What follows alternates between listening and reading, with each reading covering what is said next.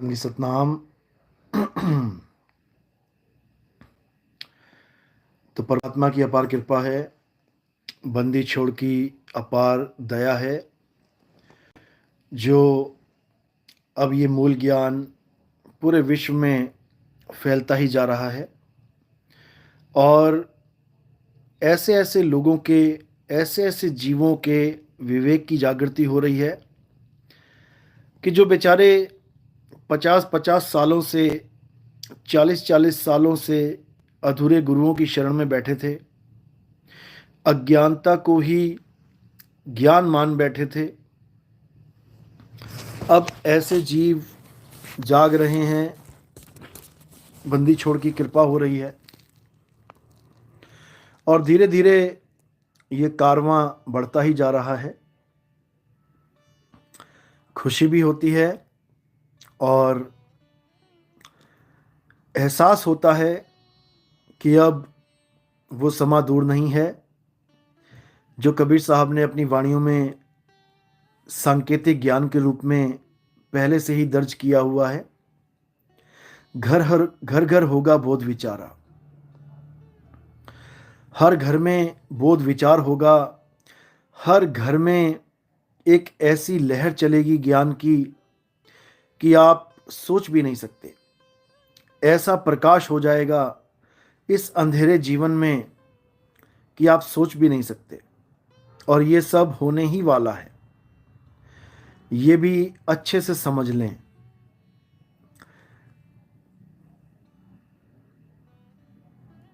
सतनाम सतनाम साहिब बंदगी। सौरभ साहिब बंदगी सतनाम। वरुण भल्ला जय सतनाम। मिस्टर कम्युनिटी सतनाम साहिब बंदगी। खेमदास नेपाल से साहिब बंदगी सतनाम। अजय जायसवाल जय सतनाम। शिवानी खन्ना सतनाम साहिब बंदगी। राम प्रकाश शर्मा जय सतनाम। नरेंद्र दास साहिब बंदगी सतनाम।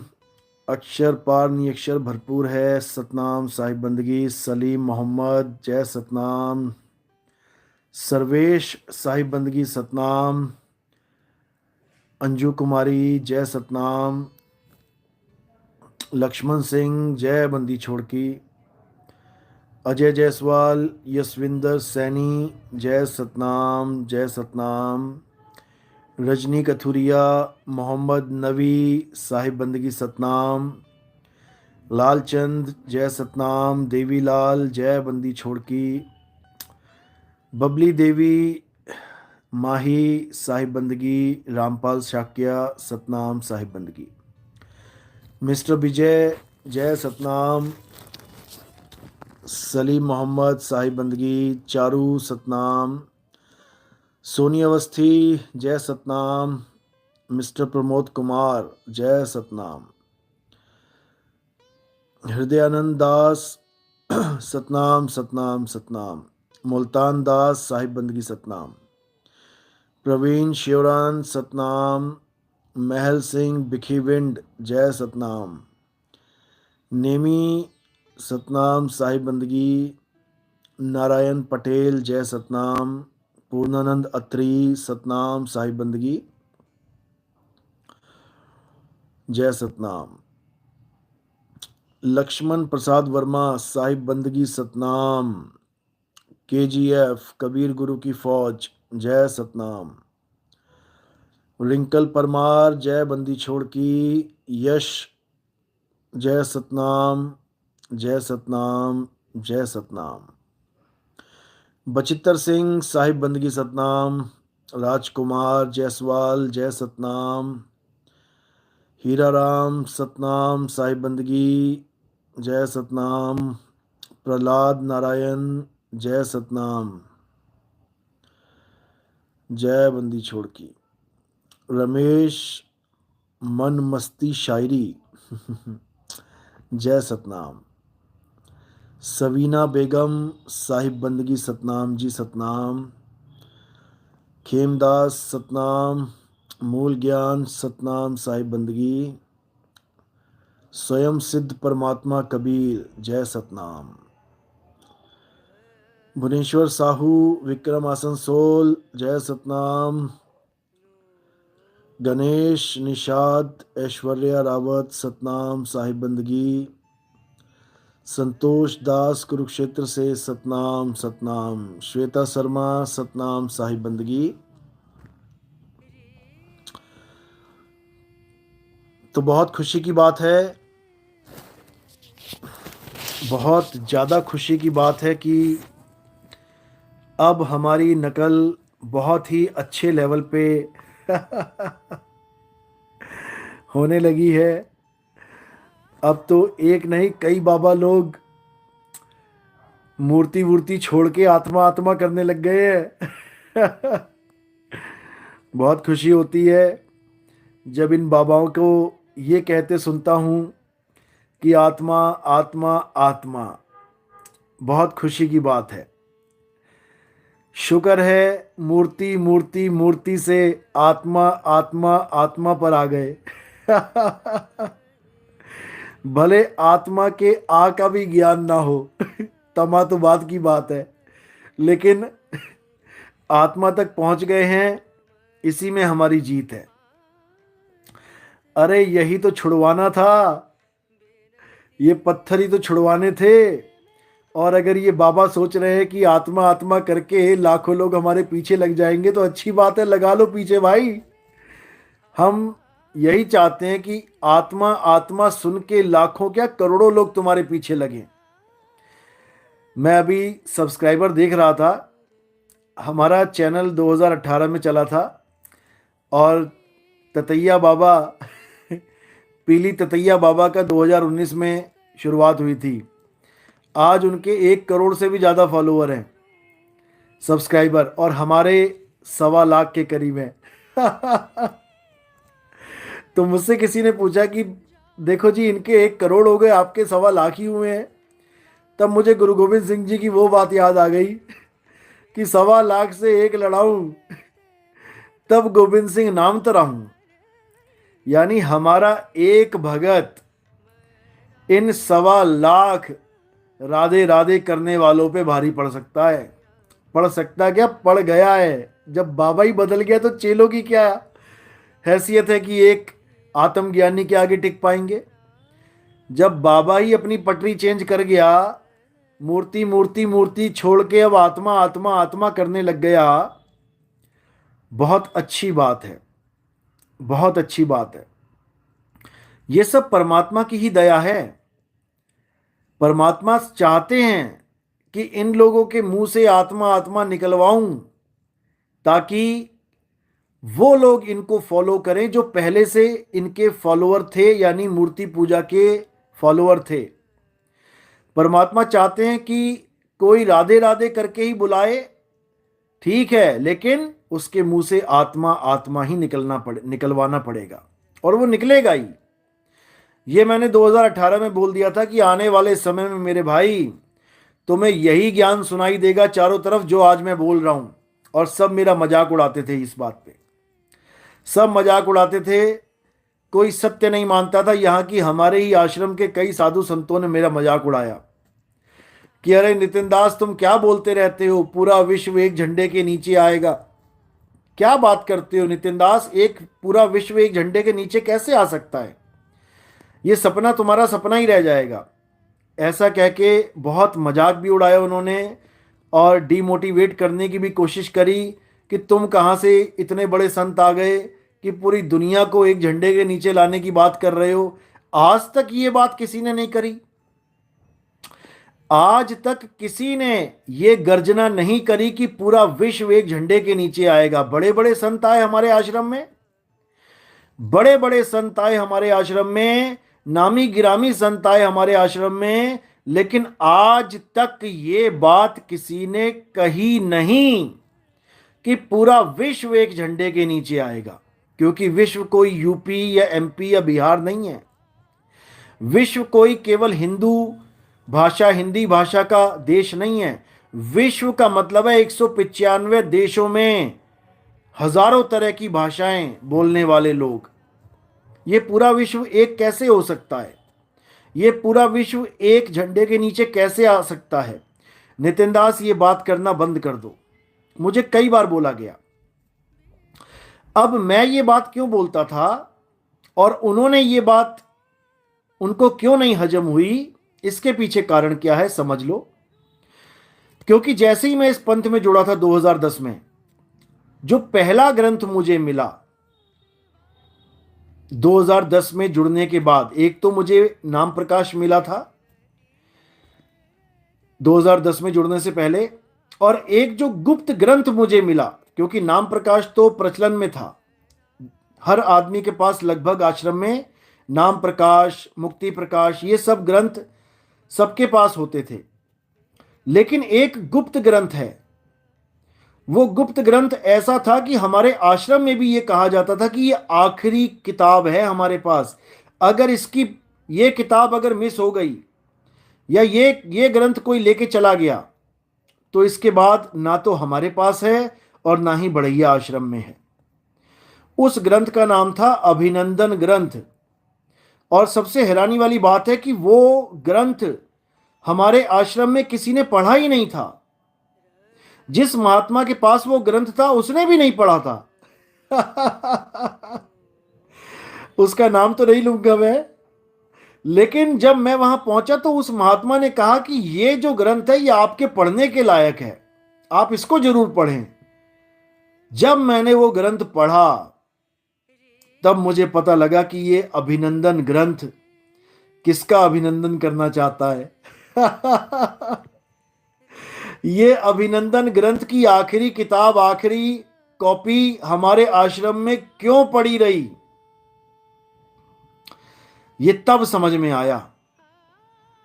और उसमें ये पूरा जिक्र है कि पूरी दुनिया में सत्य नाम का झंडा फहराया जाएगा।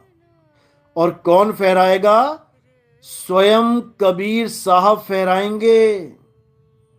समझ लो, ये कबीर साहब और मदन साहिब की वार्तालाप है।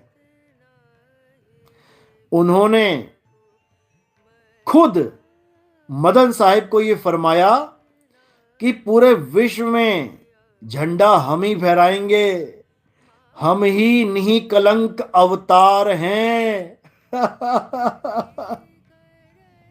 समझ लो। लेकिन इन लोगों के दिमाग में ये बात पड़ी ही नहीं, क्योंकि पढ़ा ही नहीं ग्रंथ। पढ़ा भी होगा तो उस पर विचार नहीं किया। क्यों? क्योंकि ये वो गुप्त कोड हैं जो केवल उसको समझ में आएंगे जिसके लिए वो बोले गए हैं। याद रखना, ये वो भेद हैं जिसके लिए बोले गए हैं, ये उसी को समझ में आएंगे। और वो ग्रंथ पढ़ते ही 2010 से मेरे दिमाग में एक ही चीज फिट हो गई कि यही वो पंथ है जो पूरे विश्व में सत्य का डंका बजाएगा। बिल्कुल क्लियर हो गया मामला, क्योंकि बाणी पढ़ते ही हर चीज खुल के सामने आ गई। अब जब मैं ये बात बोलूं तो मेरा मजाक उड़ाएं। अब मैं सोचूं कि किया जाए तो क्या किया जाए भाई। अब इनको कैसे समझाऊं कि ये मेरी वाणी नहीं है, ये मेरी वाणी नहीं है कि पूरे संसार में डंका बजेगा। ये कबीर साहब की वाणी है। और वो कैसे डंका बजाएंगे ये भी उसमें लिखा हुआ है। चौथी गद्दी होई अवतारा, ताका चरित्र विदित संसारा, डंका बाजी सब संसारा, हम ही उनके सिर बैठब आई, और वासे पार कोई नहीं पाई। बिल्कुल क्लियर, कुछ सोचने समझने की गुंजाइश ही नहीं छोड़ी कि वो पंथ कौन चला रहा है। हम उनके सिर बैठब आई।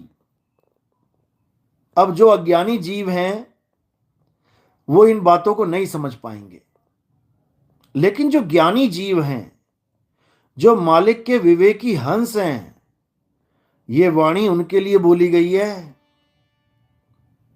ये उनके लिए बोली गई है कि तुम मुझे पहचान जाना, मैं तुम्हारे पास हूं, घबराने की जरूरत नहीं है, और पूरी दुनिया में हम ही डंका बजाएंगे।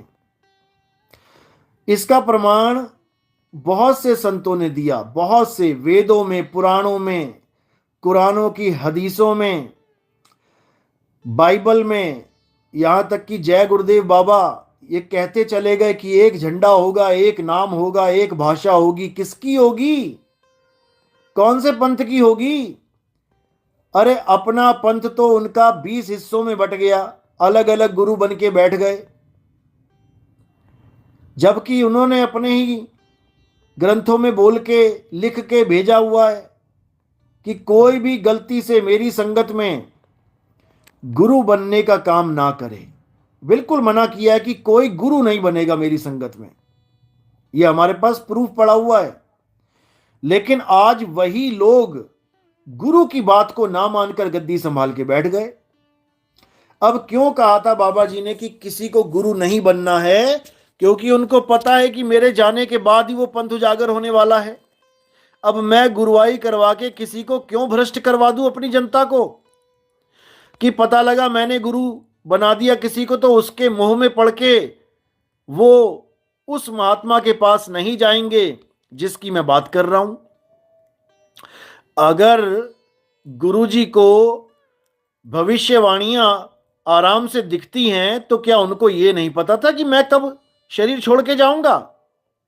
क्या उनको यह नहीं पता था कि जाने से पहले मुझे अपना उत्तराधिकारी नियुक्त करना चाहिए?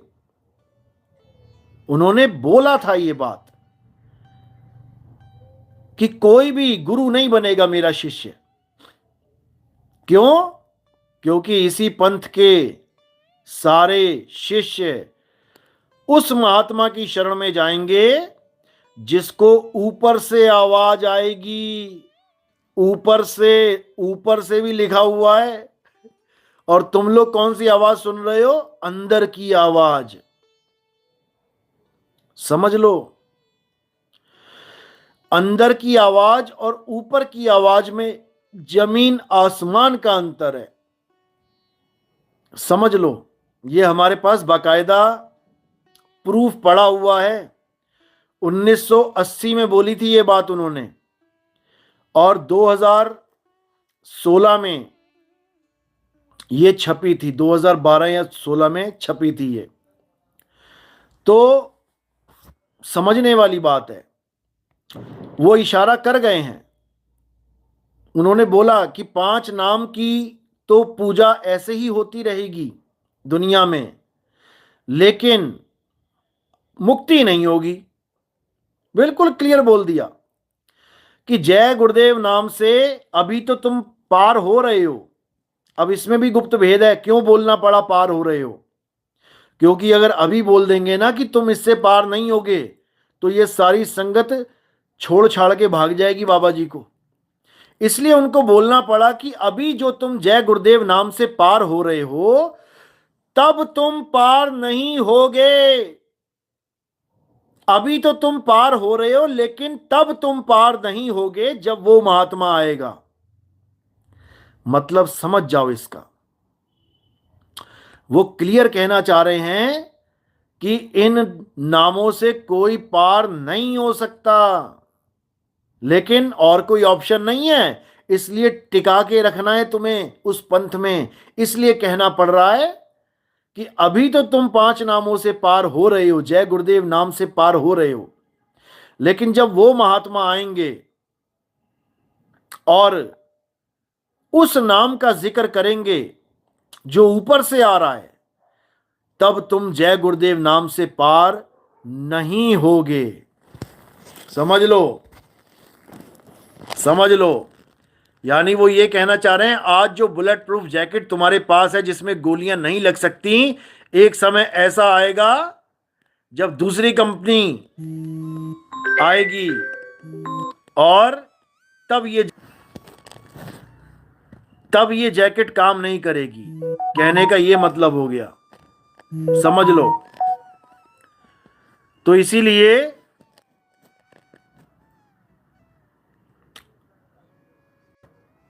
सतनाम सतनाम सतनाम। 2 मिनट में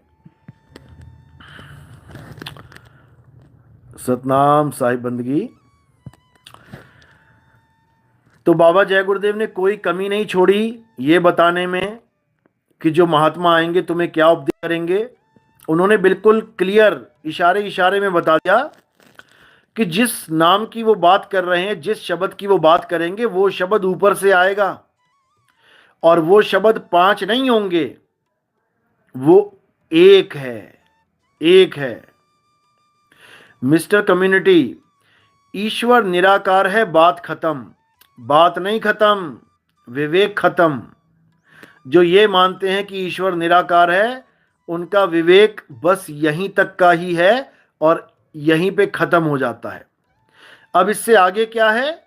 इससे आगे बात शुरू, यानी इससे आगे विवेक शुरू। और विवेक लगाना पड़ेगा तुम्हें। साकार और निराकार यही बंधन है। इस दुनिया में झगड़े का, फसाद का अगर कोई कारण है तो ये साकार निराकार ही है, समझ लो। सरगुण निर्गुण द्वंद्व पसारा और दोनों पड़ गए काल की धारा। कोई सरगुण में रीझ रहा, कोई निर्गुण ठहराए, अटपट चाल कबीर की मुंह से कही न जाए। साकार निराकार दोनों से न्यारा और जानेगा कोई जाननहारा, समझ लो। क्योंकि साकार और निराकार ये एक ही वस्तु के दो पहलू हैं। ये हमें भ्रमित कर रहे हैं कि हम तो साकार के पुजारी हैं और हम निराकार के पुजारी हैं, और दोनों लड़ लड़ मर गए आपस में, दोनों लड़ मर गए आपस में। जबकि साकार और निराकार एक ही वस्तु के दो रूप हैं। जैसे पानी और बर्फ एक ही वस्तु के दो रूप हैं। अगर कोई कहे कि नहीं पानी है सत्य और कोई कहे नहीं बर्फ है सत्य, तो दोनों मूर्ख हैं, मूर्ख हैं दोनों। अगर निराकार परमात्मा है तो ये साकार सृष्टि कहां से आ गई? क्योंकि परमात्मा तो अडोल है, अबोल है। परमात्मा अचल है, अखंड है। तो निराकार अगर अखंड होता तो ये साकार सृष्टि कहां से टपक गई? अगर दूध अखंड होता तो दूध में से घी, मक्खन, पनीर कहां से आता? तो इसीलिए समझ लो, निराकार और साकार यही असली जाल है जीवों को फंसाने का। निकल जाओ इसमें से बाहर, जितनी जल्दी हो सके निकल जाओ। Aniket Kushwaha, I am from India. तो यहां कौन सा जापानी बैठे हैं सारे भाई? यहां सब इंडियन ही है। सतनाम सतनाम। मूल ज्ञान केंद्र साहिब बंदगी सतनाम, जय सतनाम। शब्द गुरु, गुरु जी साहिब बंदगी सतनाम सतनाम, जय सतनाम। गुरु जी जम्मू कब आओगे? बहुत बढ़िया सवाल। कश्मीर, अच्छा जम्मू पूछा है आपने। जम्मू भी आएंगे, जल्दी आएंगे। और कश्मीर का प्रोग्राम बनने की तैयारी है।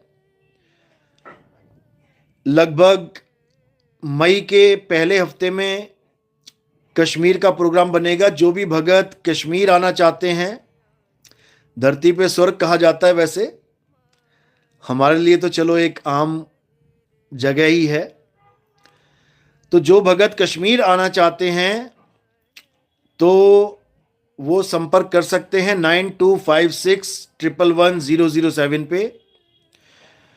तो इस नंबर पे आप कश्मीर लिख के भेजिए। जो भी कश्मीर आना चाहते हैं वो आ सकते हैं।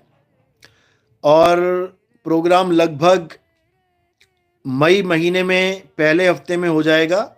जो भी संडे पड़ेगा, संडे को प्रोग्राम कर दिया जाएगा, पहले हफ्ते में जो भी संडे होगा। लेकिन रजिस्ट्रेशन करवा के ही आना है।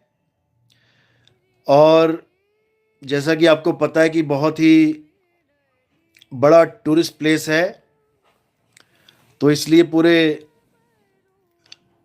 इंतज़ाम से, तरीके से आना है।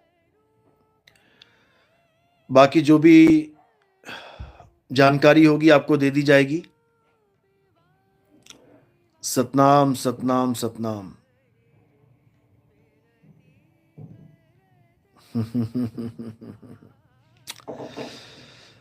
मंजुला आचार्य साहिब बंदगी सतनाम। आयुषी सतनाम।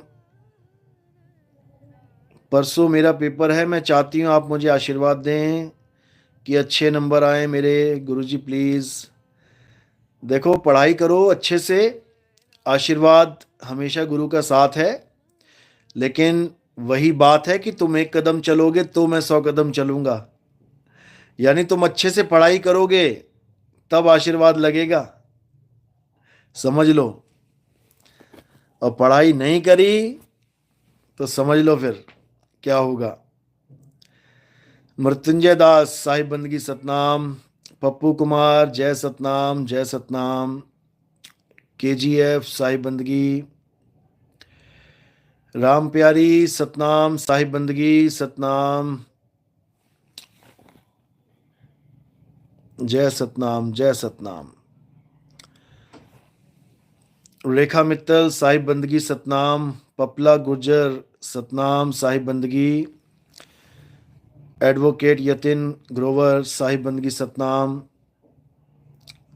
जय सतनाम। आइकॉनिक वैष्णवी साहिब बंदगी सतनाम जी सतनाम। किरण भाई जी साहिब बंदगी सतनाम जय सतनाम जय सतनाम।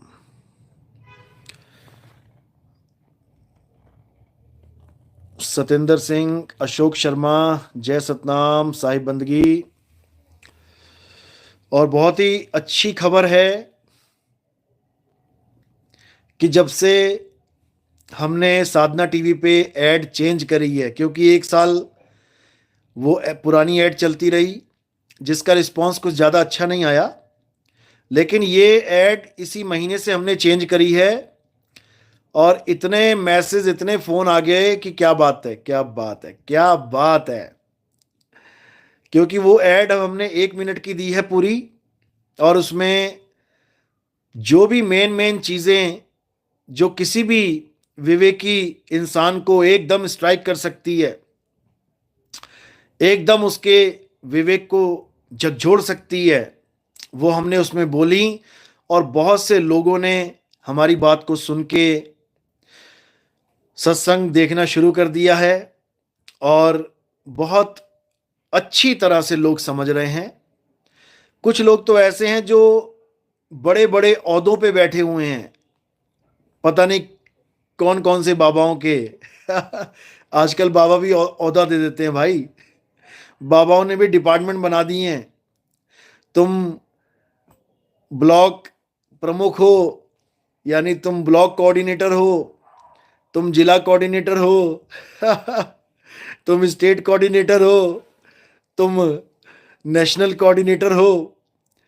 तो यानी कि ऐसे ऐसे ओहदे दे दिए हैं कि बंदे को लगता है कि यार मैं बिना इलेक्शन के ही मंत्री बन गया हूं।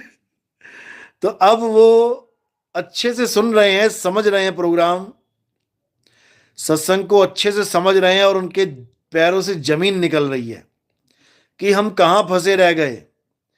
40-40 साल हम किन गुरुओं के पास बैठे रह गए, लेकिन फिर भी उनको अच्छे से समझाया जा रहा है कि वो भी कोई गलती नहीं है आपकी, आपने गुरु धारण किया है। उन गुरुओं को भी प्रणाम करना है जिन गुरुओं के पास आपने इतने इतने साल लगाए हैं, उनकी वजह से ही आज आप हमारे सत्संग समझने लायक हुए हो।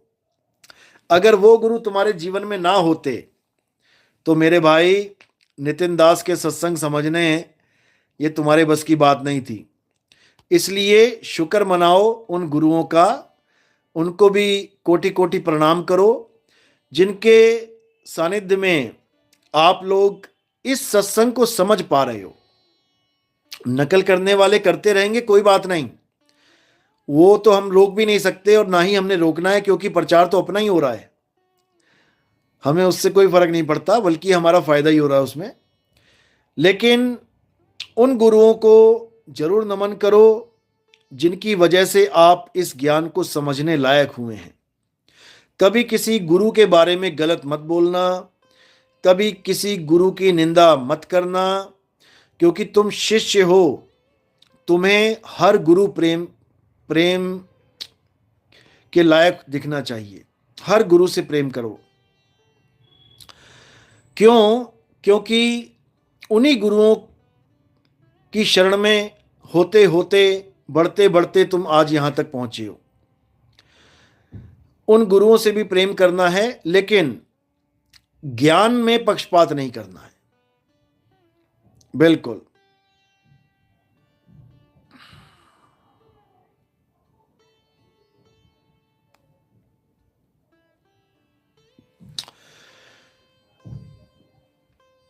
और सबसे बड़ी बात है कि जब तक आप किसी भी पंथ में तन मन धन से, सच्चे मन से नहीं जुड़ते, तब तक आपको आगे का रास्ता नहीं मिलता। याद रखना। यानी कि अगर आप पहली कक्षा में हो, चाहे दूसरी में हो, चाहे 5वीं 8वीं 10वीं में हो, जब तक आप पूरी लगन के साथ उस कक्षा में पढ़ाई करके एग्जाम देके पास नहीं होते, तब तक आपको आगे का ज्ञान नहीं मिल सकता। तो परमात्मा केवल उसको आगे का ज्ञान देते हैं, उसको आगे के ज्ञान वाले गुरु से जोड़ते हैं, जो पीछे के ज्ञान में पूरी तरह से तन मन धन से, सच्चे मन से लीन हो। उसी को मालिक आगे का रास्ता देते हैं कि ठीक है, तू सच में सच्चे हृदय से इस गुरु के साथ जुड़ा है और सच्चे हृदय से तू परमात्मा को चाहता है, तो तुझे आगे का रास्ता दिया जाएगा। और जो पुराने गुरु से नहीं जुड़ा, उसको आगे का रास्ता क्या मिलेगा? और मिल भी जाए वो टिक नहीं पाएगा। हमारे पास कई आए, कई भाग जाते हैं छोड़ के। क्यों? क्योंकि उनके मन में जो चोर बैठा है वो उनको टिकने नहीं देता है। याद रखो, जिसके मन में चोर है, जिसके अंदर छल कपट है, मेरे भाई, वो कितना ही पंथ में घुस जाए, उसको निकलना ही पड़ेगा। क्योंकि जो अंदर शैतान बैठा है कलीकाल, वो उसको टिकने ही नहीं देगा। उसको टिकने ही नहीं देगा। इसीलिए गीता अध्याय 4 34वें श्लोक में अर्जुन को यही संदेश दिया गया कि हे अर्जुन, जो ज्ञान मैं तुम्हें समझा रहा हूं, जो आत्मा का तत्व का ज्ञान मैं तुम्हें समझा रहा हूं, अगर तुम उसको प्राप्त करना चाहते हो तो तुम ऐसे तत्वदर्शी संत की शरण में जाओ जिसने आत्मा को यानी सत्य को जान लिया है। प्रेम पूर्वक, सेवा पूर्वक, दंडवत करके और छल कपट से रहित होकर, देखो कितनी बड़ी बात बोली है। और आजकल के छलिया चेले क्या करते हैं? बस हमें ज्ञान मिल जाए, गुरुजी के पास क्या है, बस फिर हम भी गुरु बन जाएंगे। मेरे भाइयों, अब गुरुवाई का समय नहीं है, अब चेलाई का समय आया है। अब गुरु नहीं बनना किसी ने, अब शिष्य बनने की बारी आई है। अब पार होना है, गुरु बन के नरकों में नहीं जाना। अब समझ लो, ये जितने तुम्हें गुरु दिख रहे हैं ना, ये सब नरकों में जाने की तैयारी करके बैठे हुए हैं। इनमें से एक भी ऐसा नहीं है जो मुक्त हो जाए। सबका नंबर लगने वाला है लाइन से। सबसे बड़ी बात क्या है? क्योंकि इन्होंने भगवान के नाम पे धंधा बना दिया है। सबसे बड़ी बात यह है, इसका इनको हर्जाना भुगतना ही पड़ेगा। एक भी बचने वाला नहीं है। समझ लो, किसी भगवान ने, किसी देवी देवता ने, किसी ऋषि मुनि ने, किसी संत ने कभी वाणियां इसलिए लिखी ही नहीं थी कि कोई उन वाणियों को सुना सुना के पैसा इकट्ठा करेगा। समझ लो, समझ लो अच्छे से। कोई पाठ कर रहा है 50,000 में, कोई पाठ कर रहा है 21,000 में, कोई पाठ कर रहा है 5100 में। ये सब तुम 84 में भुगतोगे जाके। इतना समझ लो, इतना समझ लो, इसका भुगतान भुगतना पड़ेगा। कभी राम जी ने इसलिए वनवास नहीं लिया था कि आज राम कथाएं सुना सुना के जो बेचारे नंगे पैर जंगलों में राक्षसों से भिड़ते रहे, जो पैदल घूमते रहे जंगलों में, उनकी कथा सुना सुना के 1-1 करोड़ की गाड़ियों में घूम रहे हैं। तो भाई इसका भुगतान आपको भुगतना पड़ेगा। कोई गलती से ये मत सोच लेना कि मैं राम राम करवा रहा हूं, मैं राधे राधे करवा रहा हूं, मैं तो पुण्य का काम करवा रहा हूं, मैं पुण्य का काम करवा रहा हूं, मैं सारा चंदा खा सकता हूं इनका। कुछ नहीं खा सकते तुम। तुम्हारा पेट फाड़ के चंदा बाहर आएगा एक दिन, समझ लो।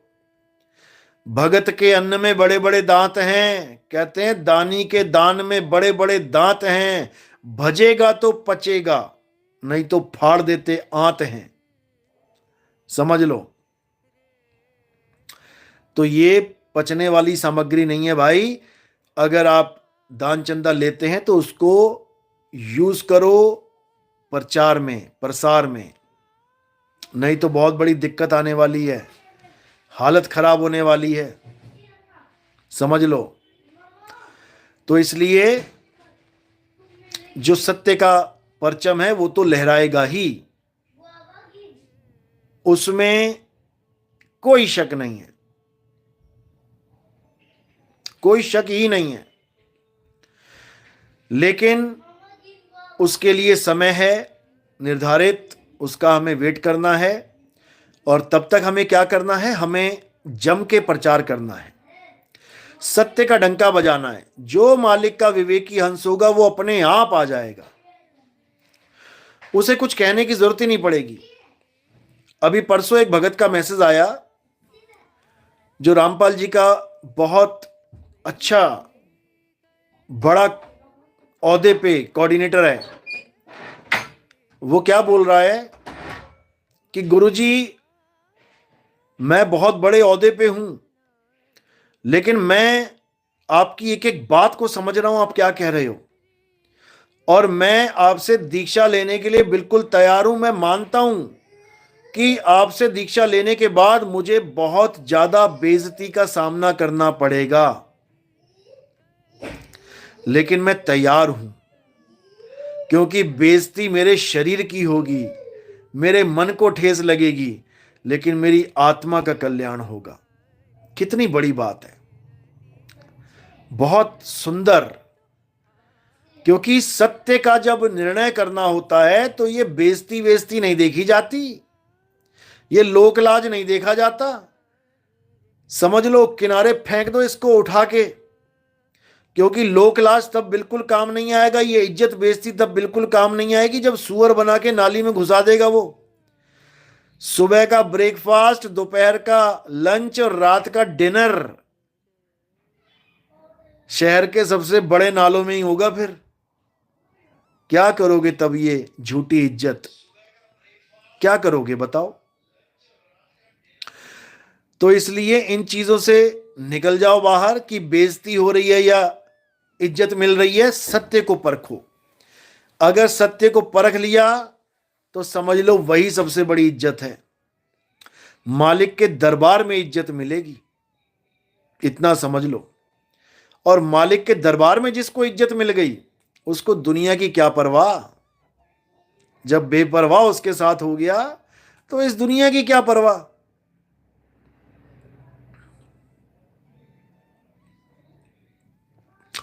संतोष दास, गुरुजी बहुत से भगत के पास स्क्रीन टच मोबाइल नहीं है, उनके लिए मेमोरी कार्ड सत्संगों का कुछ इंतजाम करवाएं। बिल्कुल जी बिल्कुल, जिसको भी मेमोरी कार्ड चाहिए वो मुझे मैसेज करे 9256111007 पे और मेमोरी कार्ड लिख के मुझे भेजे, अपना एड्रेस लिख के भेजे तो मेमोरी कार्ड उसको अवेलेबल कर दिया जाएगा। फिर उसी मेमोरी कार्ड से कॉपी पेस्ट कर करके आप अलग अलग मेमोरी कार्ड्स में सत्संग डाउनलोड कर सकते हैं। जिन भक्तों के मोबाइल में मेमोरी कार्ड पहले से लगे हैं उनका मेमोरी कार्ड निकाल के अपने मेमोरी कार्ड से कॉपी पेस्ट करके उनके मोबाइलों में सत्संग डाल सकते हैं। जिनके पास टच मोबाइल नहीं है लेकिन ऐसा मोबाइल है जिसमें मेमोरी कार्ड लग सकता है, तो आप उसमें शिफ्ट कर सकते हैं उसको। Satnam Satnam Satnam. Salim Mohammad Sahib ji love you, Sahib ji love you, love you too. Pradeep Kumar Satnam Satnam. Gautam Kumar Satnam. Bihar कब आएंगे गुरुजी? डीपी तो मेरी लगा रखी है। बिहार बस आने वाले ही हैं जी, बनेगा प्रोग्राम जल्दी। आप मैसेज करो मुझे, तो जहां जहां प्रोग्राम है वहां के नंबर आपको दे देंगे और आप वहां मिल सकते हो। साहिब बंदगी सतनाम।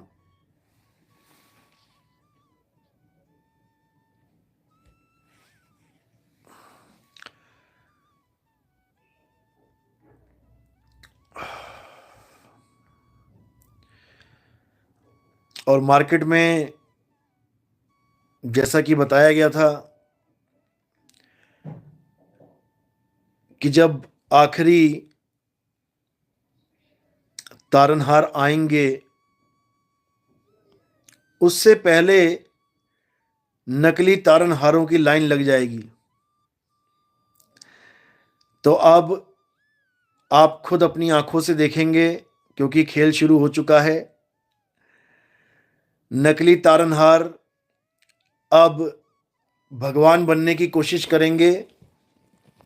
जैसे पौंड्रक कृष्ण जी के ही समय में खुद को भगवान घोषित करके भगवान बना बैठा था अपनी प्रजा के बीच में, ऐसे ही एक नज़ारा और आने वाला है और वो आप सबको दिखाई देगा। अब नकली कल्कि अवतारों का जमावड़ा शुरू होने वाला है, क्योंकि आपको पता है कि असली के आने से पहले नकली आते ही हैं। जैसे पांचवी पातशाही से पहले पहले 52 मंजियां लग गई थी गुरुओं की,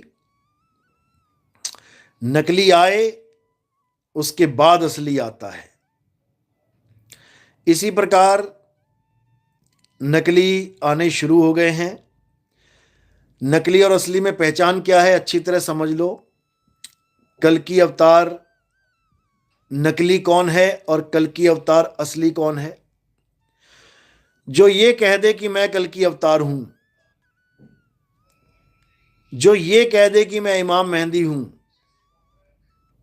जो ये कह दे कि मैं जीसस सेकंड कमिंग हूं, जो ये कह दे कि मैं ही इलियास हूं, जो ये कह दे मैं ही मैत्रेय बुद्ध हूं, जो ये कह दे मैं ही मर्द का चेला हूं, जो ये कह दे मैं ही निकलंक अवतार हूं, जो ये कह दे कि मैं ही नौतम सूरत हूं, जो ये कह दे कि मैं ही मुक्तामणि हूं, समझ जाना वही नकली है।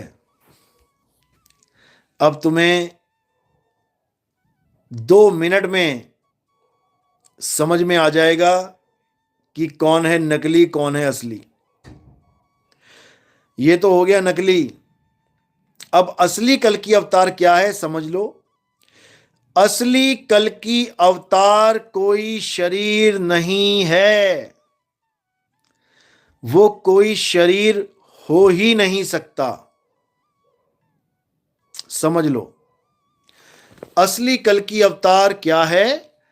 असली कल्कि अवतार आत्मदेव का अवतार है, शब्द गुरु का अवतार है, वो आत्म स्वरूप का अवतार है और वो अविनाशी अवतार है।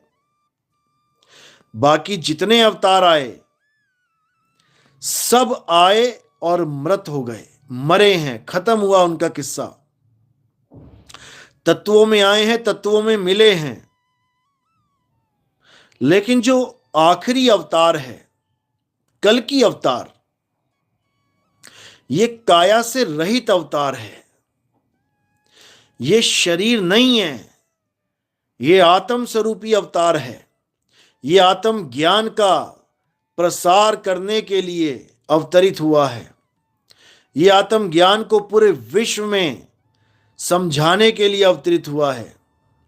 ये आत्मज्ञान सारे संसार को एक करने के लिए अवतरित हुआ है, क्योंकि इस संसार को एक से अनेक करने में जिसका हाथ है उसका नाश करने के लिए कल की अवतार हुआ है।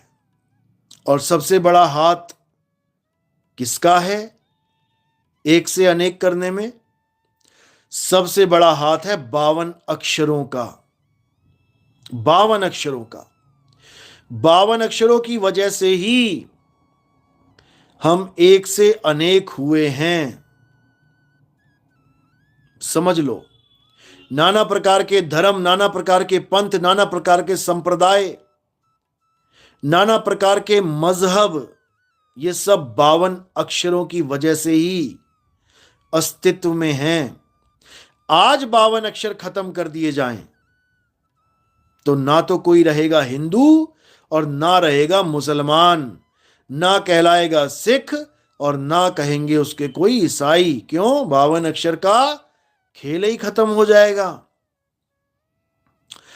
तो जो कल की अवतार है वो सबसे पहले 52 अक्षरों का खेल खत्म करेंगे। समझ लो, ये 52 का खेल खत्म करेंगे, उसके बाद आत्म स्वरूप का लखाव करेंगे। वो तुम्हें कल्कि बनाने आए हैं, वो तुमसे राम कृष्ण हनुमान पुजवाने नहीं आए हैं। समझ लो, बहुत पूज लिए, बहुत पूज लिए, पूज पूज के गुलामी भी कर ली। आज जो बड़े बड़े संत बने बैठे हैं, कहते हैं ये वाला मंत्र जप लो, बड़े से बड़ा दुश्मन हार जाएगा, ये वाला मंत्र जप लो, बड़े से बड़ी मुसीबत टल जाएगी। अरे मुगल आए थे, मार मार के बैल बना दिया, सारे मंत्र जंतर सब धरे के धरे रह गए, मंदिर तोड़ तोड़ के मस्जिदें बना दी।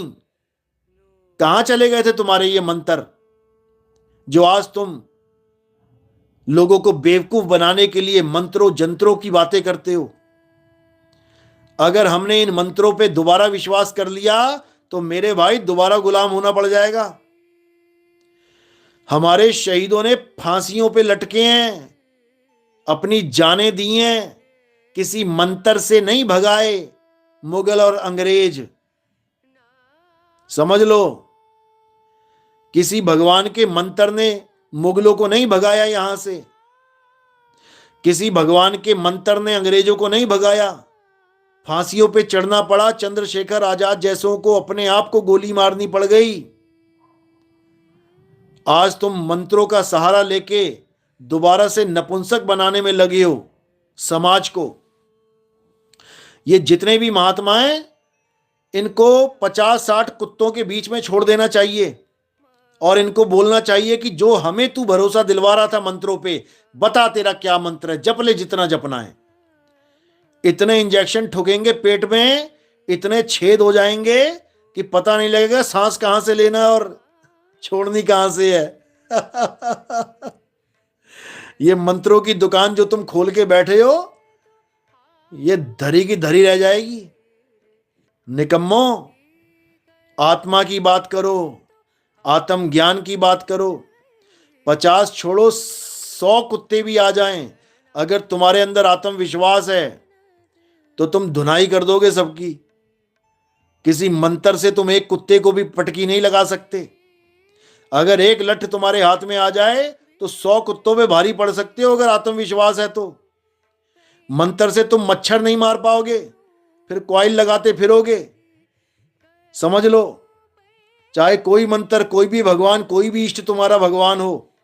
अरे भूतों को तो तुम क्या भगाओगे, एक मच्छर को नहीं भगा सकते तुम कोई चालीसा पढ़ के देख लेना, नहीं तो तुम्हारे कान में घुस के बांसुरी भी बजाएगा और इंजेक्शन भी लगाएगा।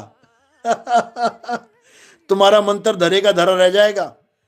इसलिए इन मंत्र जंत्र को छोड़ो और आत्म ज्ञान को समझो, आत्म विश्वास को प्राप्त करो। समझ लो, ये मूर्ख बनाने वाले तुम्हें मंत्र पकड़ा देंगे और तुमसे पैसा लेके अपनी जेब में धर लेंगे। मंत्र देने के पैसा लेते हैं ये लोग। अरे घर घर मंत्र देत फिरत हैं माया के अभिमाना, और गुरुआ सहित शिष्य सब बूढ़े, अंत काल पछताना साधो देखो ये जग बौराना। ये मंत्र दे दे के राधे राधे जप ले बेटा, और 5100 रुपए की पर्ची काट देते हैं। बेटा राम राम जप ले, 10,000 रुपए की पर्ची काट देते हैं।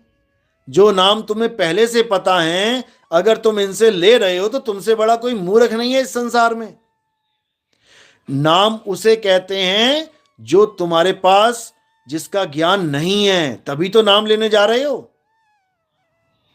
जब तुम्हें सारे नाम पहले से पता हैं तो तुम नाम लेने क्या जा रहे हो। नाम का मतलब होता है आत्मज्ञान। तुम्हें आत्मा का ज्ञान नहीं है, तुम आत्मज्ञानी गुरु के पास जाओ। आत्मज्ञानी गुरु को ही तत्वदर्शी संत कहते हैं, मंत्र बकबक संत नहीं कहते। इन मंत्र बकियों से बचो और आत्मज्ञानी को समझो। आत्मज्ञानी क्या होता है। ये खुद तो बकबक के मरेंगे, तुम्हें भी बकवा बकवा के मार देंगे, जन्म बर्बाद हो जाएगा तुम्हारा, समझ लो। इसलिए तत्वदर्शी को जानो। तत्वदर्शी का क्या मतलब होता है, जो तत्व का दर्शन करवा दे। दर्शन कैसे करवा दे। एक तो आंखों से दर्शन होता है, यानी आंखों से तो पांचों तत्व को दिखा के, उसका भेद समझा के, उन नकली तत्वों से पीछा छुड़वा के, फिर ज्ञान दृष्टि से यानी सूरत से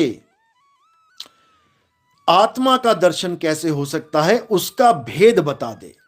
क्योंकि आत्मा का दर्शन केवल सूरत के द्वारा हो सकता है, इन आंखों से नहीं हो सकता, समझ लो। सूरत से देख ले वह देश, सूरत से देख ले वह देश, और देखत देखत दीखण लागे, मिट गए सकल अंदेश, सूरत से देख ले वह देश। क्योंकि वो केवल सूरत के द्वारा ही देखा जा सकता है, और देखा कहने में आ रहा है। इसका मतलब ये नहीं कि तुम कुछ देखोगे कि परमात्मा तुम्हारे सामने आके खड़ा हो गया और तुम देख रहे हो, माथा टेक रहे हो। ऐसा दर्शन नहीं है वो आत्म दर्शन है। यानी वो खुद से खुद को जानना, खुद का बोध करना, वो ये कहलाता है। तो ये सब तब होगा मेरे भाई जब आप तत्वदर्शी संत की शरण में जाएंगे। और अगर आपको मंत्र बकबकिया गुरु मिल गया तो समझ लो कि तुम्हारा ये जन्म बर्बाद होने से कोई नहीं रोक सकता। तुम राधे राधे करोगे, तुम राम राम करोगे, मुसलमान है तो अल्लाह अल्लाह करोगे, रब रब करोगे, खुदा खुदा करोगे, ईसाई हो तो हालेलुया करोगे, यीशु यीशु करोगे, सिख हो तो वाहिगुरु वाहिगुरु करोगे, तो समझ लो कि तुम फंस गए 52 के जंजाल में। 52 के जंजाल में फंस गया ये संसार। और सिमरन 52 का करे कैसे लागे पार। अरे 52 अक्षर जीव आधारा, आदि अक्षर जीभ्या से न्यारा। 52 को समझ लो, 52 का खात्मा होगा तभी समझना कि तुम्हारे जीवन में कल की अवतार आ गया है। अगर तुम 52 ही जप रहे हो तो समझ लेना कि तुम्हारे जीवन में कली काल का अवतार आ गया है। ये कली काल बहुत शातिर है, बहुत शातिर, समझ लो, बहुत शातिर है ये भगवान को 52 अक्षरों के रूप में पकड़ा देता है। सारी उम्र 52 जपते रहोगे और सोचोगे मैं तो भगवान का नाम ले रहा हूं, बर्बाद कर देगा तुम्हें, याद रखना। बहुत शातिर है, बहुत शातिर।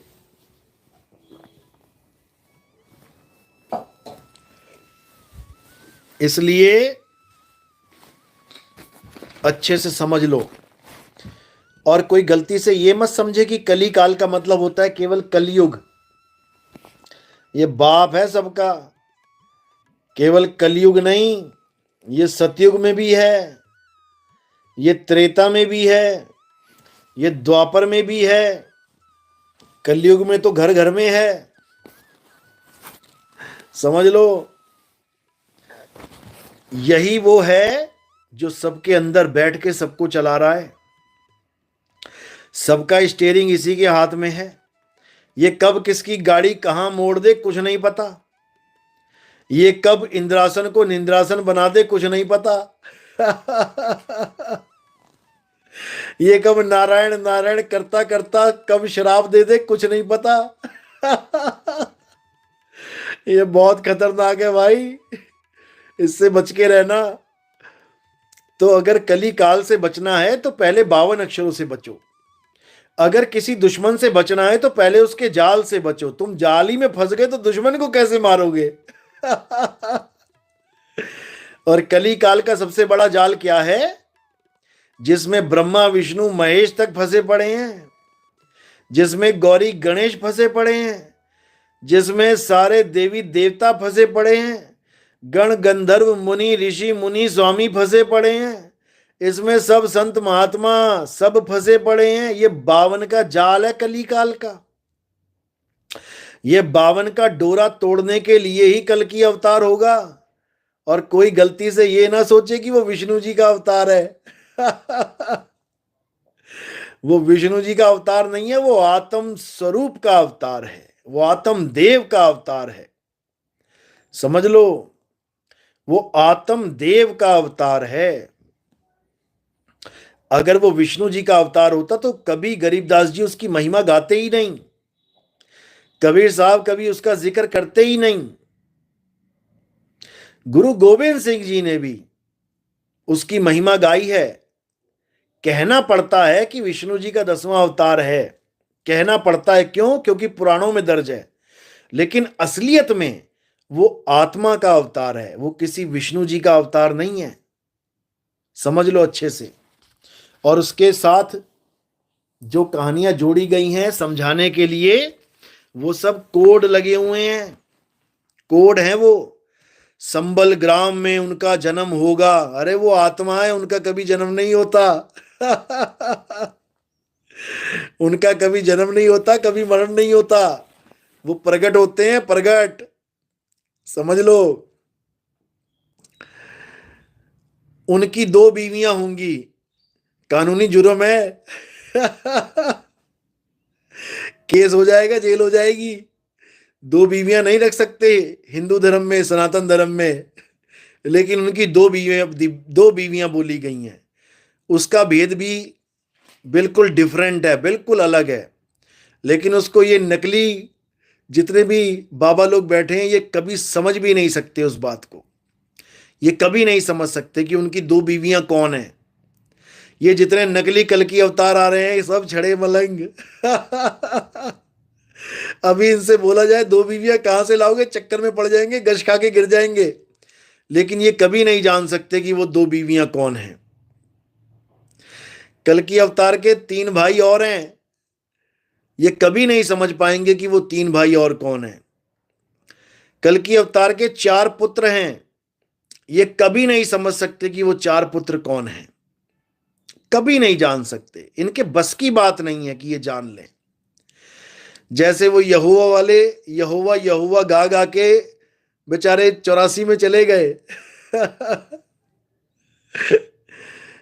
यहोवा यहोवा करते करते 84 में चले गए। यहोवा यहोवा करते करते यो क्या हुआ करते 84 में चले गए। लेकिन कभी वो यहोवा को जान नहीं पाए। 84 में जाने के बाद यो का हुआ कर रहे हैं। भैया यो का हुआ यानी ये क्या हो गया? हम तो सोच रहे थे मुक्ति मिल जाएगी, यो का हुआ। हम तो 84 में चले गए। क्योंकि यहोवा यहोवा करने से मुक्ति नहीं मिलती। तुम कितने ही यहोवा यहोवा करते रहो, उससे कुछ होने वाला नहीं है। यहोवा को जानो। यहोवा मैं वो हूं जो मैं हूं, इसको समझ लो। मैं वो हूं जो मैं हूं, यानी मैं तेरे मन बुद्धि चित्त अहंकार से परे हूं। मैं तेरी बुद्धि से परे हूं, क्योंकि तू सोच भी नहीं सकता कि मैं क्या हूं। क्योंकि मैं वो हूं जो मैं हूं, और तुम सोच भी नहीं सकते कि मैं क्या हूं। जैसे तुम जिसे नितिन दास समझ रहे हो, तुम जो शरीर को नितिन दास समझ रहे हो, तुम कभी सपने में भी नहीं सोच सकते कि नितिन दास कौन है। तुम सपने में भी नहीं सोच सकते। जब तक तुम पे परमात्मा की दया नहीं हो गई, तब तक तुम सोच भी नहीं सकते। समझना तो बहुत दूर की बात है। तुम सोच भी नहीं सकते कि नितिन दास है क्या, उसका स्वरूप है क्या। और ये तुम केवल तभी जान पाओगे जब तुम अपना स्वरूप जान लोगे। जिस दिन तुमने अपना स्वरूप जान लिया, उस दिन तुम समझ पाओगे, बाप रे बाप, ये हूं मैं, ये हूं मैं। बस उसी दिन तुम जान पाओगे कि नितिन दास क्या है, यहोवा क्या है, कबीर क्या है, कल्कि क्या है। सब समझ में आ जाएगा, सब समझ में आ जाएगा। और अगर शरीर मानते रहोगे, मुझे भी, अपने आप को भी, कृष्ण जी को भी, राम जी को भी, कबीर जी को भी, तो मेरे भाई तुम कुछ नहीं जान पाओगे। समझ लो। तो इसलिए पहले तुम्हें यह जानना पड़ेगा कि तुम क्या हो। जब लग ना चीन्होगे आत्म, तब लग ना मिली है परमात्म। आत्म चीने परमात्म चीने, संत कहावे सोए, और यह भेद काया से न्यारा, बूझे बिरला कोय। समझ लो। जब तक ये समझ में नहीं आया, तब तक कुछ समझ में आने वाला नहीं है। इसलिए अपने स्वरूप को जानो। सत्य स्वरूपी नाम साहिब का, सो निज नाम हमारा। समझ लो अच्छे से। जो हमारा असली स्वरूप है, जो हमारा निज नाम है, वही परमात्मा का नाम है, वही परमात्मा का स्वरूप है। यानी परमात्मा को जानना है तो पहले आत्मा को जानो। जब आत्मा को जान लोगे, तब तुम्हें समझ में आएगा यहोवा राजा है। कैसे राजा है वो, तब समझ में आएगा। नहीं तो नहीं आएगा, जितना मर्जी झक मारते रह जाना।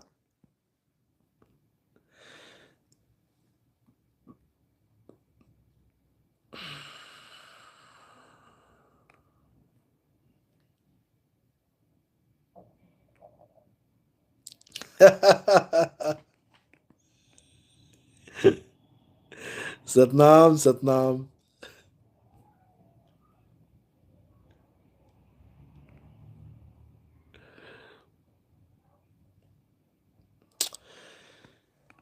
चलो, गुरु की दया है, मालिक की दया है।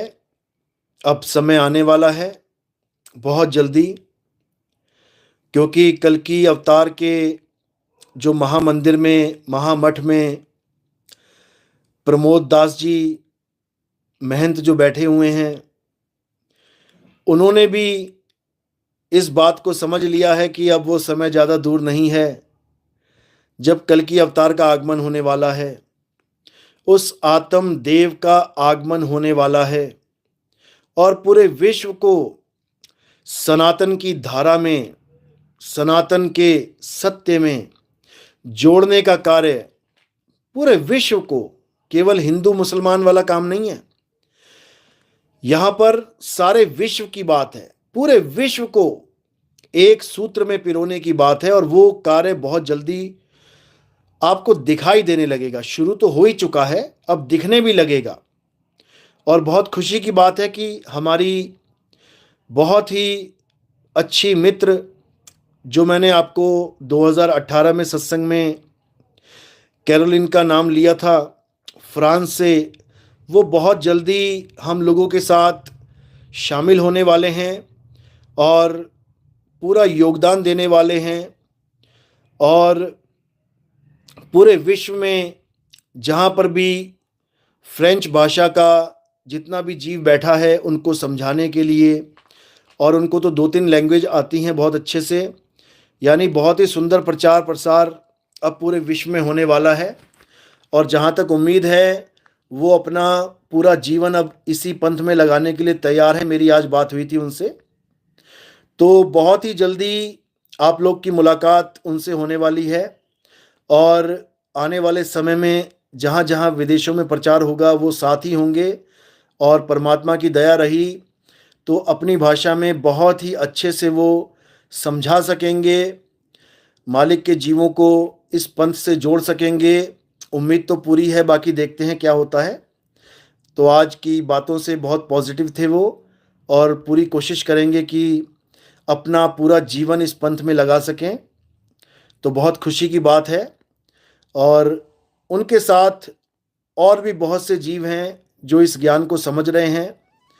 मैं मालिक से यही अरदास करूंगा कि सब तन मन धन से इस पंथ में सहयोग करें और पूरे विश्व को एक प्रेम की डोर में, एक सत्य के बंधन में, एक मालिक के नाम पे प्रेम के बंधन में बांधने का काम करें।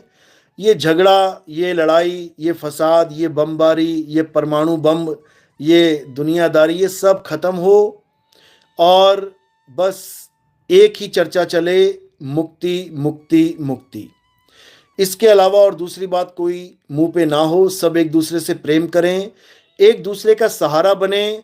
इस धर्मशाला रूपी संसार में कितने दिनों के लिए हम आए हैं, हमें खुद अंदाजा लग जाना चाहिए कि कितने दिनों के लिए आए हैं। सबको अपनी अपनी उम्रें पता हैं कि कितनी एवरेज है, 50, हद 60, हद 70।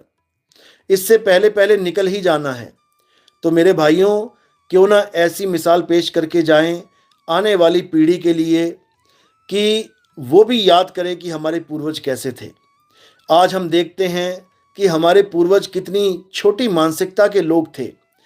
अपने पूर्वजों की बात तो हम नहीं कर सकते क्योंकि हम हिंदुस्तानी जल्दी किसी पे अटैक नहीं करते हैं, लेकिन देखो कितनी छोटी मानसिकता है लोगों की कि अपने देश को छोड़ छोड़ के दूसरे देशों को जीतने में सारी सारी उम्रें लगा दी, कत्लेआम मचाने में सारी सारी उम्रें लगा दी।